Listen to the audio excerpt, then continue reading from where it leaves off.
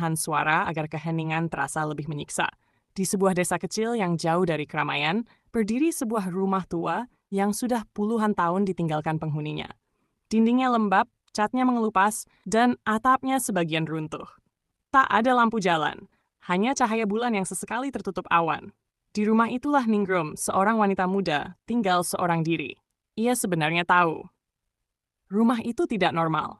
Sejak pertama kali menempatinya, Ningrum sering merasakan hal aneh. Suara langkah kaki di malam hari, pintu yang terbuka sendiri, dan bau tanah basah yang tiba-tiba muncul di dalam rumah. Namun karena keterbatasan ekonomi, ia tak punya pilihan lain. Malam itu, jam dinding menunjukkan pukul 11. Ningrum baru saja mematikan lampu ruang tengah ketika terdengar suara gesekan dari arah dapur. Seperti kain diseret di lantai. Ah, tikus mungkin, gumamnya mencoba menenangkan diri. Namun suara itu tidak berhenti. Gesekan itu semakin dekat, perlahan, berat, dan teratur. Ningrum berdiri kaku. Nafasnya mulai memburu. Saat ia melangkah menuju dapur, bau tanah basah menyergap hidungnya dengan kuat.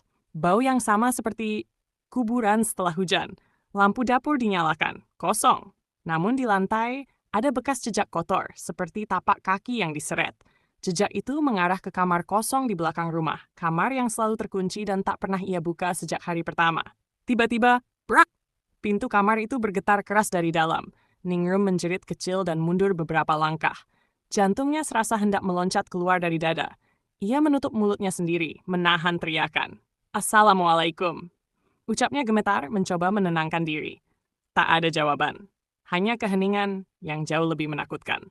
Saat Ningrum berbalik untuk lari ke kamar depannya, lampu rumah langsung padam. Gelap total. Di tengah gelap itu terdengar suara napas berat tepat di belakangnya. Perlahan, sangat perlahan, ia menoleh. Di hadapannya berdiri sosok tinggi terbungkus kain kafan kotor. Wajahnya pucat membiru, matanya hitam kosong, dan tali pocongnya menjuntai. Tanah menempel di kain kafannya, menetes ke lantai. Pocong. Ningrum tak mampu bergerak. Kakinya lemas. Mulutnya terbuka, tapi tak ada suara keluar. Sosok itu melompat satu langkah mendekat. Duk, lantai bergetar. Lompatan kedua. Duk. Kini jaraknya hanya 1 meter. Air mata Ningrum mengalir tanpa sadar. Tubuhnya gemetar hebat. Tolong, bisiknya lirih. Pocong itu memiringkan kepalanya secara tidak wajar, lalu terdengar suara serak seperti tanah digesek batu. Kamu tinggal di rumahku. Sekejap kemudian, Ningrum jatuh pingsan. Saat ia sadar, pagi telah tiba. Sinar matahari masuk dari sela jendela. Tubuhnya tergeletak di ruang tengah. Ningrum bangkit perlahan, mengira semua hanyalah mimpi buruk. Namun saat ia melihat lantai, bekas tanah itu masih ada. Ia berlari keluar rumah dan menemui tetua desa. Dengan suara bergetar, Ningrum menceritakan semua yang dialaminya. Wajah tetua desa langsung pucat. Kamu tinggal di rumah bekas penguburan pocong yang tidak disempurnakan, ucapnya pelan. Dulu ada jenazah yang dikubur tergesa-gesa. Pocongnya tak pernah dilepas. Arwahnya tidak tenang. Malam itu, warga desa mengadakan doa bersama. Ningrum diminta meninggalkan rumah sementara. Namun saat ia kembali ke rumah untuk mengambil barang-barangnya, rumah itu sunyi luar biasa. Ia masuk perlahan. Saat membuka kamarnya, ia melihat sesuatu di atas tempat tidurnya. Kain kafan kotor, terlipat rapi. Di atasnya ada tanah basah. Dan di dinding kamar, tertulis dengan tanah.